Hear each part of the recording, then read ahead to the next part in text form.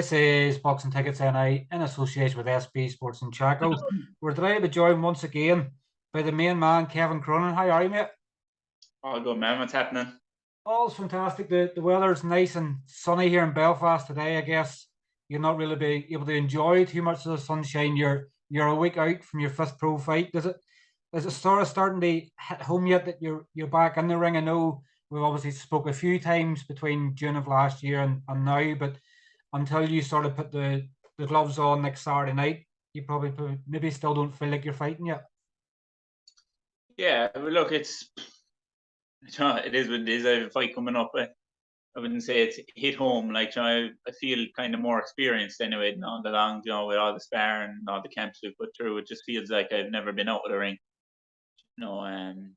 Obviously I'd probably get a bit nervous before the fight next week, but you wouldn't be human if you didn't. But yeah, I'm definitely looking forward to can't wait to get back in there and just get active again. Yeah. I guess more than anything over the last, just under 15 months, obviously there's been fight dates falling through in fight week. You've obviously had an injury, obviously the last time around that obviously led to you not fighting. But I guess it's sort of like a rebirth, sort of again, sort of in some ways. Probably the most inactive you've obviously sort of been since you turned pro, other than obviously COVID and everything else. But are you sort of excited the fact that you can come back and show probably new things? Are you coming down to super middle for this fight with Ryan Hubbard next week? No, this fight will be at light heavyweight. Just for the simple reason is we might have a bigger fight coming up at light heavyweight, but we just want to stick with the weight class rather than cutting down. But obviously we have to get through next week first. Yeah, sorry. What was the question again? Obviously it's back at you're obviously fighting 6 rounds. I'm sort of asking, was it down at super middle? Because I know that you'd planned to come down to super middleweight, and I guess sometimes depends on the opponent as to what weight it is. But you sort of clarified it's going to be at light heavy. Yeah, it'll be a light heavy. I'm going to be down at super middleweight eventually. Just if successful the next day, which I'm confident I will be. Then it won't be for at least 2 fights, So there's no point in cutting down right now. But yeah, I'll make my way to super middle. All right. I would have made super middleweight for this fight if I wanted to. I'm gonna go to manage my weight. I know the way my body works now. I've been down at super middle with 1 or 2 of them fights falling through, so I know how to get there and how fresh I am down there and everything. Yeah, look, it's light heavy and it's all eyes on next Saturday night. And I guess obviously as you sort of alluded to there as well, we're not going to sort of mention anything obviously after next Saturday, but you obviously have potential fight obviously coming up. Is it hard to not be distracted? Obviously, a potential fight news on the horizon, or I guess is that just the role of a boxer nowadays and trying to look for the next fight before your current one's over? Is it sort of planning in advance? Yeah, I don't really get distracted by things, to be honest with you. I don't look beyond the fight in front of me. Like even sparring yesterday, my last spar, I didn't even look to my fight next week beyond my last spar. That's the way Jono has it implemented in my head as well. My coach Jono, he was even saying it Thursday evening. He said, "Forget your fight next week." He said, "It's all about being fresh for your spar tomorrow and performing your spar, and then after that we'll think of next week. We'll get the business done next week, and then we'll think of after next week, or think of what happens after next week." So yeah, look, there's no distractions with me. There's nothing beyond next week for me. Everyone's got a puncher's chance, so you can't look beyond anyone. I think we seen that last night. That guy that Colin Murphy beat, not the Frank Warren's fellow. You can't overlook these guys, no matter who they are. And sort of looking at obviously your sparring yesterday, I guess we'd sort of the last time I spoke to you, we'd sort of talked up about the fact that obviously you haven't range with Paddy McCrory, and I guess from being a sort of fan and watching him, 4 straight knockouts in a row, he's just landed an IBO light heavyweight title fight in Germany in 5 weeks' time. How did it feel? Obviously sparring Paddy yesterday, was it sort of when you're usually watching on the TV and stopping people? They obviously been sharing your final spar with them as well. I guess that shows the intent that you have. You're ready to mix it with the very best of what Ireland has. at that weight class as your final spar to get yourself ready? Yeah, they're the spars, they're the spars that I want. There's no point in, like, there's a lot of people like, soft spars, winning spars handy, good for their confidence, whatever. But like, if you're going to be talking about where you're going, going to win European titles, going on to win world titles, you got to get in there and you got to mix it with the world level fighters as well in sparring, which I've been doing. I've over the last 12 months, I've been spared 3 fellas working up to their world title fights. One now being Paddy yesterday. You've Vladimir with his one, and you Jason Quigley. They're the types of spars I want. That's where I perform better anyway. And when I'm in with these guys, when your guys they're lower level to you, and you just can't get the same performance, going that you would with the guys that are so many levels ahead of you. And then when you spar them kind of guys, you perform better and you're more confident in yourself. So yeah, that's kind of the level I want to be at. That's the level I believe I am at, and where Paddy's going now, fighting for that world title. That's where I want to be as well. So yeah, these are the kind of guys I want to be mixing with. Yeah, it's a pity we couldn't get it going earlier in the camp. Obviously, certain things didn't suit both of us, but it suited now yesterday, to get the final spar. And yeah, shared 6 cracking rounds with Paddy, and looking forward, as much as I'm looking forward to my fight, I'm looking forward to seeing him fight for that world title as well. Surprised, I was quite surprised. I wanted to see. He's obviously got all the knockouts recently, and tell you a bit of power. So I wanted to. I love tasting a bit of power and seeing when you see people knocking people out. I love to just see what it feels like, And yeah, he definitely punches a lot harder than I thought he would at super. Being the super middle and all that, he's got a good bang out of him. So like. You can't overlook him either going into this world title fight if I was your man fighting him. But yeah, look, cracking spar to finish my camp with. Couldn't have asked for a better one. Does it sort of revitalize you sort of in ways as well when obviously you're fighting the likes of you're sparring obviously Jay Quigley and obviously Paddy McCrory and Vladimir Beliska where you haven't been able to get fights, it's going to sort of reset your goals sort of in knowing that with the hard work and obviously having a bit of luck and getting back into activity, that it won't be long before you get that sort of level. Yeah, 100%. As I said, that's the level I want to be at. It's the level I believe I will be at, and I want to go. So I want to go beyond these people. If I didn't, what's the point in being in the sport?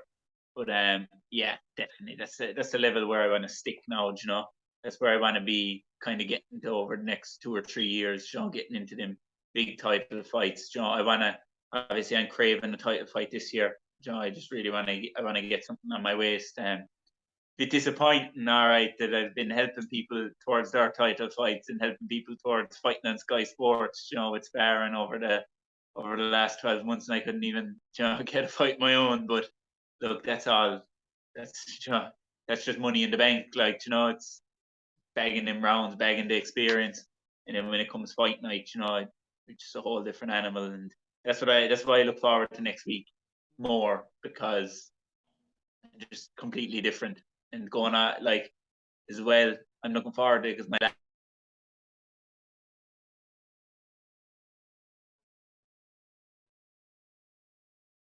we lost your sound there. Phone call there, I'd say I cut out. Like that last fight in Spain, I took like 2 weeks notice, and I was on a piss off 2 weeks before when I got the call about it, So I really want to make up for having a shitty performance in that show as well, and really chase a perfect performance next week. And then obviously when I'm fighting better opponent, then as I say, not looking past next week, but go on to fight better opponents, that's when you'll really see how good I am, and that's when the openings, that's when you're going to see the power and the technique and everything like that. And that's when all these top level spars, like we're just on about, that's when they'll all come into play. And yeah, experience in the bank. Well, I guess obviously sometimes you can see it 2 different sides to obviously a fighter, obviously after what you've been through the last year. So is that sort of aggression going to come out in Ryan Hubbard next week that you want to obviously make up for lost time and you obviously want to put in glittering performances that you're probably on the hunt to maybe stop Ryan Hubbard probably early, or is obviously rounds probably crucial to you at this stage? You know what? Rounds would be nice. Stoppage would be nice. Everyone loves a knockout. I'm going to go in there. I've changed. Look, my whole mentality has changed. I'm going to go in there, do what I do best. If I get 6 rounds, very good. If the opening's there, I'm taking them out. You know, it's the way it is. But I just what I really want to do the next day is obviously A, get the win, and B, start putting them shots together and do what we're doing in camp. There's a reason we've been doing these things in camp, is to perfect them. And I need to perfect them in the fight and get throwing them in the fight. Because again, get over next week, you're going into the bigger fights and you need to know how to do these things. I'm not going to come out of the traps trying to knock the guy out. If I see an opening, I'll take it. If I get the rounds, they're there. But look, as I say, every single one of my opponents, bar the one they got half a drunk Kevin, like, you know, they've all seen the canvas. So, you know, like I can see myself getting a stoppage here, but again, I'm just gonna put it into performance and see what happens. So I guess I just want to obviously finish off. Obviously after your fight next week, obviously Jamie Morrissey and Ben McGivern's going to be fighting for the BUA Celtic Super Middleweight title. Is that sort of a fight maybe potentially you may have your eyes on the winner? I guess you sort of mentioned you may have another fight coming up, but is the winner McGivern Morrissey one that you maybe have your eyes on? Yeah, eyes on. Yeah, like it. If Morrissey wins, like, you know, we'd probably end up fighting next year or something. You know, that, well, if he wins, I'd probably have my eyes on him. Yeah, for next year, maybe for an Irish title or something. But just going back to what I was saying, I can't look past the weekend. And then if we do get past the weekend, there's another obstacle that I must overcome. So really, actually, yeah, I wouldn't have it's a fight I think will happen, but I won't have my eyes on it until I get over the next 2 obstacles. Do you get what I'm saying? Yeah, I guess, you know, probably what's your sort of thoughts on the fight next week? I've obviously had Ben McGivern on yesterday, and he's obviously given away quite a bit of height and quite a bit of reach as well. I guess obviously Jamie's not probably as established as much as Ben has been in, I think, between the British and Irish Boxing Association and the British Board. I think there's 3 or 4 times the amount of fights he's had. Jamie's coming from Muay Thai background. Do you see it as probably a close fight, or how do you see that fight going on the 1st of October? I can see Morrissey winning it, but it's a clash of styles, really. Like, I don't really see how McGivern will beat him, to be honest. But then at the other side of it, a tall fighter, you hate seeing them short, low fighters coming down at you because you have to punch down. And like, you'd think you'd generate more power going down, but I find you'd actually lose a bit of power when you have to punch down. So, like, it depends really. As I said, I do think Morrissey will win. When the styles clash, what way will they clash? Like, you know, will Morrissey have to lower himself a bit, or will he just decide to punch down? It's kind of it's a fight of tactics, really, isn't it? What way will McGivern? If McGivern just stands there and tries boxing with him, he's going to get picked apart. Like, or is he going to do what really he has to do and come at Jamie Joe and stick on top of his chest and dig them shots to the body, Joe, and then come up over the top? That's the only way I could see him having success. Look, I could be completely wrong, but that's the only way I could see someone with his height fighting someone with Morrissey's fight. You know, being in the fight is by being in on top of his chest, bobbing and weaving, coming in, digging into the body, and then setting up them headshots. I think Morrissey will win. But if McGivern could pull it off and stick in his chest, he very well could. Obviously, from my own career, Pat, I'd like to see Morrissey win. You know, for if you're thinking down the road, Irish title kind of thing. I'd like to see Morrissey win. And obviously, look, even outside of me and Morrissey, possibly clashing. You know, I'd get along well with Morrissey, and you know, I'd support him anyway in this fight. You know, so I want to see him win. Yeah, I think Morrissey will win it. And for McGivern to have any success, I think he just needs to be stuck in on top of Morrissey's chest for 8 rounds. I think for both fighters, I think McGivern's always been used to fighting people higher than him and taller than him, and for Jamie, obviously he's been used to obviously punching down. I guess probably the one criticism maybe say of Jamie didn't sit down enough in punches. So I guess with a smaller man, he's going to have to lower his frame, and maybe he's going to generate more power by sort of having to sort of be crouched down to throw punches. Yeah, and again, like it's all, as I said, styles that clash. Like it's down to what way he's going to lower himself too. You know, he can't just bend his back. You know, he might have to just widen his stance. You know, and just them little tweaks. Them little tweaks are tricky. You know, to hold a wider stance than your usual over 8 rounds. You know, it burns them legs. You know, and it's like it kind of makes it a bit interesting. Like I'm definitely going to watch the fight. Just out of interest of the fight being on. I won of a fight that weekend. I'm going to watch it. And yeah, and like saying that, people see it the weigh-ins now, they're going to see Morrissey being a lot bigger than them, and they'll think, geez, this guy has no hope. You know, he'll get blasted away. But a lot of the time, them shorter lads are the ones that have that power advantage in there, you know. It can be tricky. And as I said, punching down I find it takes away a lot of power anyway when you have to punch down. When he's down low and he has to shoot up with them shots, you know, bobbing them even and shooting up, hinging into them shots, you can generate a lot more power than trying to stand tall and, you know, punch him really.